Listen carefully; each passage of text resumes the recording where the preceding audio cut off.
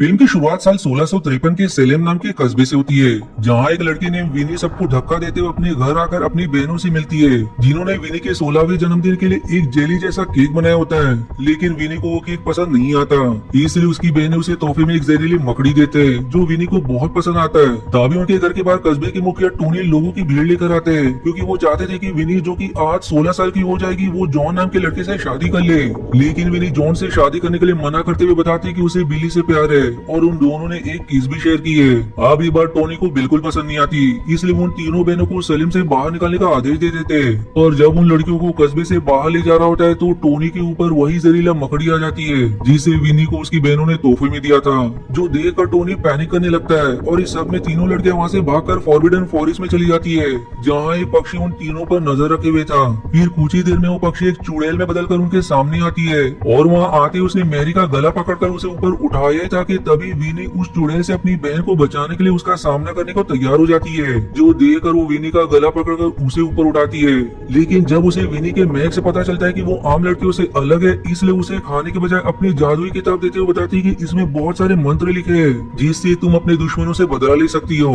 दरअसल एक चुड़ैल होने के नाते उसे विनी का जन्मदिन और टोनी के बारे में भी पता चल गया था। तब विनी देखते कि उस किताब में मैजिका मैक्सिमा नाम के शक्तिशाली मंत्र के बारे में बताया गया है, जिसकी मदद से वो काफी शक्तिशाली बन सकती थी।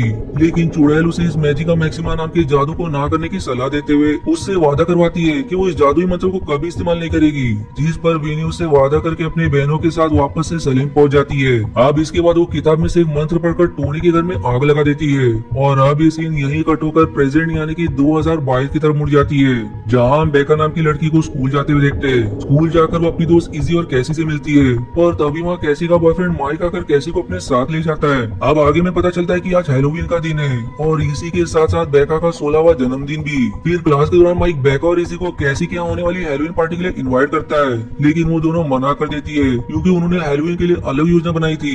जिस पर माइक उन्हें चिढ़ाते हुए कहता है कि तुम लोग पार्टी में इसलिए नहीं आना चाहती क्योंकि तुम्हें डायन के जैसे काला जादू करना है, जो बात बेका, इजी और कैसी को पसंद नहीं आती। अब अगले सीन में बेका और इजी कैसी के पिता ट्रेस्के, जो कि इस शहर के मेयर है, उनसे मिलकर गिलबर्ट की दुकान में जाती है, जो जादू का सामान बेचा करता था। इस दुकान में गिलबर्ट बच्चों को सैंडरसन बहनों की कहानी सुना रहा होता है, जो सैंडरसन बहनें कोई और नहीं बल्कि विली और उसकी दो बहन मैरी और सैरा होती है। गिलबर्ट बताता है कि 17वीं सदी में सैंडरसन बहनें, जो कि बहुत ही शक्तिशाली चुड़ैल थे, उन्होंने अपनी जादुई किताब की मदद से एक बच्ची की आत्मा को अपने अंदर सोख लिया, जिस कारण वो बच्ची मारी गई। जिसके बाद सलेम के लोगों ने सैंडरसन बहनों को फांसी की सजा दे डाली, लेकिन मरने से पहले उन बहनों ने वहाँ के लोगों को श्राप दे दिया कि यदि किसी वर्जन ने काली मोमबत्ती को जलाया तो वो फिर से जिंदा हो जाएंगी। आप गिलबर्ट अपनी कहानी को जारी रखते हुए बताता है कि आज से 29 साल पहले हैलोवीन के दिन सैंडरसन बहनें जिंदा हो गई थी, और ऐसा कहकर वो वही बात बताता है जो हमने इस मूवी के पार्ट 1 में देख रखा है। यहाँ गिलबर्ट उन चुड़ैलों की जादुई किताब भी दिखाता है, जिसे उसने लॉक करके रखा था, लेकिन ये सब देखने के बाद भी लोगों को उसकी बात पर विश्वास नहीं होता। अब आगे हम गिलबर्ट को बेका और इजी से मिलते देखते हैं, जो उससे जादू का कुछ सामान खरीदने आई थी, ताकि वो लोग गुड लक के लिए कोई टोटका कर सके।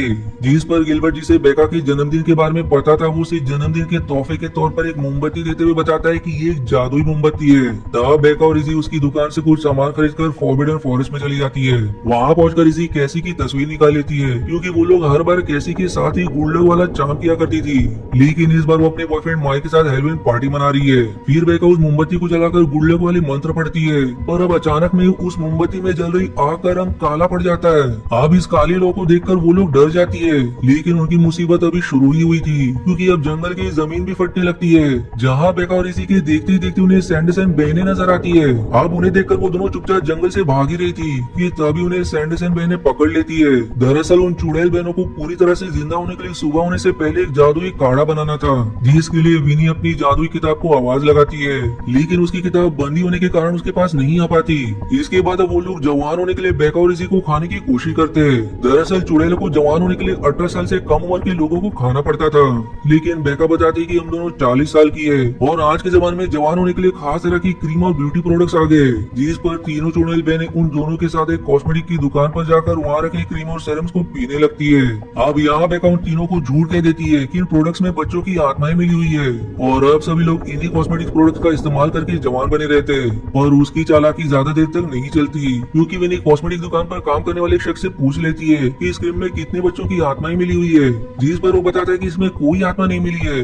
जिस बात से विनी गुस्सा होकर बेका और इजी पर हमला करती है, लेकिन वो लोग अपने सामने नमक डालकर उसकी वार से बच जाती है।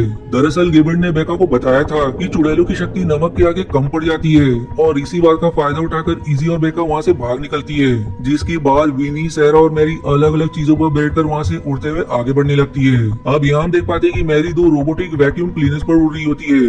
वहीं दूसरी तरफ बेका और इजी गिल्बर्ट की दुकान में जाकर उसके ऊपर गुस्सा करती है, क्योंकि उसने बेका को जो मोमबत्ती दी थी वो सैंडरसन बहनों की काली मोमबत्ती के मोम से बनी थी, जिसका मतलब ये है कि गिल्बर्ट को सब कुछ पहले से पता था कि यदि उसने बेका से मोमबत्ती जलवाई तो सैंडरसन बहनें जिंदा हो जाएंगी। इस पर अब गिल्बर्ट सबसे पहले जादुई किताब को देखता है, जिसने अपनी आंखें खोल दी थी। जो अब उसकी खुली हुई आंखें देखकर उस किताब को बाहर निकालकर उसके पन्ने खोलता है, जो करते ही किताब से एक तेज रोशनी निकलती है, और फिर इस रोशनी से सैंडरसन बहनों को किताब की लोकेशन का पता चल जाता है। फिर कुछ ही देर में वो तीनों गिल्बर्ट के दुकान में आकर बेका और इसी को तहखाने में डाल देती है, जबकि गिल्बर्ट उन्हें देखकर काफी खुश हो रहा था। वो उन्हें बताता है कि उसने 29 साल पहले उन तीनों को आसमान में उड़ते देखा था, और जब उन तीनों की मौत हुई तो वो उसी कब्रिस्तान में था, जिसी घटना के बाद से वो उन्हें वापस जिंदा करना चाहता था। और आखिरकार आज एक वजिन के हाथों मोमबत्ती जलवाकर उसने उन बहनों को जिंदा कर दिया। तब विनी फैसला करती कि वो अब इस किताब के सबसे शक्तिशाली जादू यानी कि मैजिका मैक्सिमा का प्रयोग करके इतनी शक्तिशाली बन जाएगी कि उसे हमेशा जिंदा रहने के लिए काढ़ी की जरूरत ना पड़े। और इस पर उसकी बहन याद दिलाती कि तुमने वादा किया था कि तुम इस जादू को नहीं करोगी, जिस पर अब विनी बचाव में कहती कि मैंने 300 साल पहले वादा किया था और इतने पुराने वादों को मैं आज तक नहीं निभा सकती। अब इसके बाद वो किताब से मैजिका मैक्सिमा वाला पन्ना खोलने को कहती है, जहाँ उसे ये पता चलता है कि जादू करने के लिए उन्हें कुछ सामान की जरूरत लगेगी, जिसमें किसी प्यार करने वाले का सिर और दुश्मन के खून की जरूरत पड़ेगी। अब क्योंकि उनका दुश्मन टोनी था, इसलिए वो गिल्बर्ट से टोनी के वंशज के बारे में पूछती है, जिस पर वो बताता है कि सेलेम के मेयर ट्रस्की टोनी का वंशज है। तब विनी गिल्बर्ट को 1 घंटे का समय देकर उसे कुछ सामान लेने का दे देती है, जिसमें प्यार करने का सिर भी शामिल था। अब सिंस बिली विनी को प्यार करता था, इसलिए उसे उसके सिर की जरूरत थी। वहीं गिल्बर्ट उन बहनों की खूनी योजना को सुनकर डर जाता है, लेकिन अब वो उनके जंगल में फंस चुका था, इसलिए वो मजबूरन बिली का सर और बाकी का सामान लेने चला जाता है, क्योंकि अगर उसने ऐसा ना किया तो 1 घंटे में उसकी मौत हो जाएगी।